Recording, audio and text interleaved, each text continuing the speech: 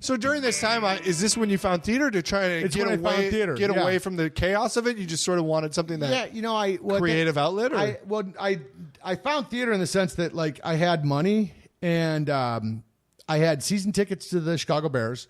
And I got Da Bears. And I got season tickets to Steppenwolf Theater. Oh, cool. Yeah, I was always a movie guy. Yeah. And Steppenwolf at the time, it was some anniversary, and all the people like Gary Sinise and John Malkovich were coming back to do shows. So I was like, oh, I'll check this theater thing out. Yeah. And then through going to shows at Steppenwolf, that's when I sort of found the storefront theater scene, which eventually, years later, led me to the first time I performed. You know? Oh, okay. So you just sort of were going to these shows. Yeah. And then at what changed that you wanted to perform? It was dumb luck. I mean, it didn't. Like what had happened was I saw a show at Steppenwolf. They have a small theater upstairs, and they used to rent that out to smaller theater companies. Okay. And I saw a show that Redmoon Theatre had done, which... did you spend any time in Chicago? No. Okay. Redmoon did a lot of big outdoor spectacle, weird stuff, and their big thing was like this All Hallows Eve celebration, which was really cool. Yeah. And it was a big spectacle outdoor thing that when they finally stopped doing it, like 10, 15,000 people would show up and fire and, explosions and sculptures. Very and experimental. Very experimental. But they were doing a play at Steppenwolf. And I had gone to that show, and afterwards, you give some money, and then you're a member of the theater or whatever. Right. And then so I did that, and you got tickets to the winter pageant, which like their big thing was the All Hallows Eve thing, and then the winter pageant, which I had no idea what it was, and I'd never gone. And then they'd do like a show in between there, like an actual play. Yeah. So I saw the play, gave them some money. And a couple months later, I got a postcard saying, "Hey, we changed locations. Come to a tour of the new facility and a parade, spectacle theater thing, and a picnic." And I was like, "Oh, okay, cool." So it was in the summer, and all my buddies golfed. I never was a golfer. Okay, I didn't care. And so it was like a Saturday, and so I went down to this Redmoon thing. And because they do all these build all these giant contraptions and shit, they had this warehouse where they worked, right? So super cool. Really cool place. So we go on this little tour. When the tour was over, I see this guy who was in the Chekhov play. And I was like, "Oh man, I saw you in the Seagull. You were great."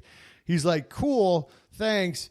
What are you doing in the parade today? I think you'd make a great bear." "What?" "Go tell Mary you're a bear." And I'm like, okay. So I go over to this woman.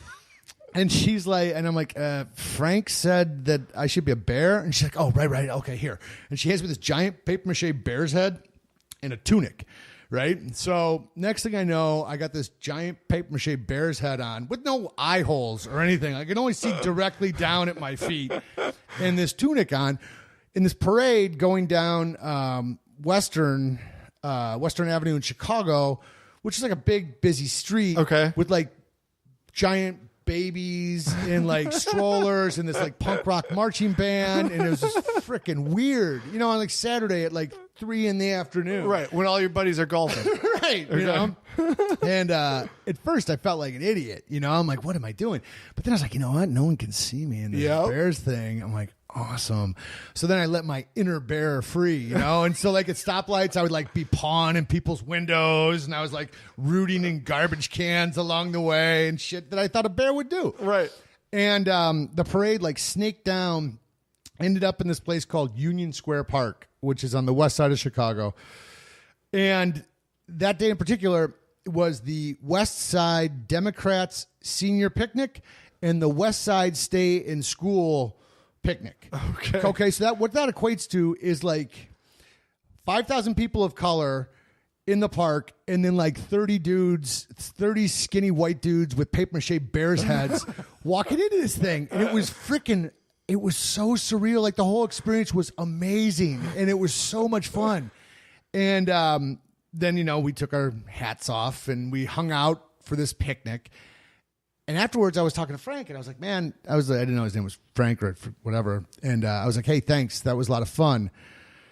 And he was like, "Oh, thank you. You were great." And this woman next to him, she's like, "Oh, what did he do?" And he's like, "Oh, he was the bear." She's like, "Oh, you were a great bear." And I was like, "What?" And he gives me his card. He's like, "Hey, you ever do any performance? And I was like, no. He's like, well, here, take this. And we have the winter pageant coming up. And, we could always use a big guy like you, because he always giant puppets and shit. Yeah.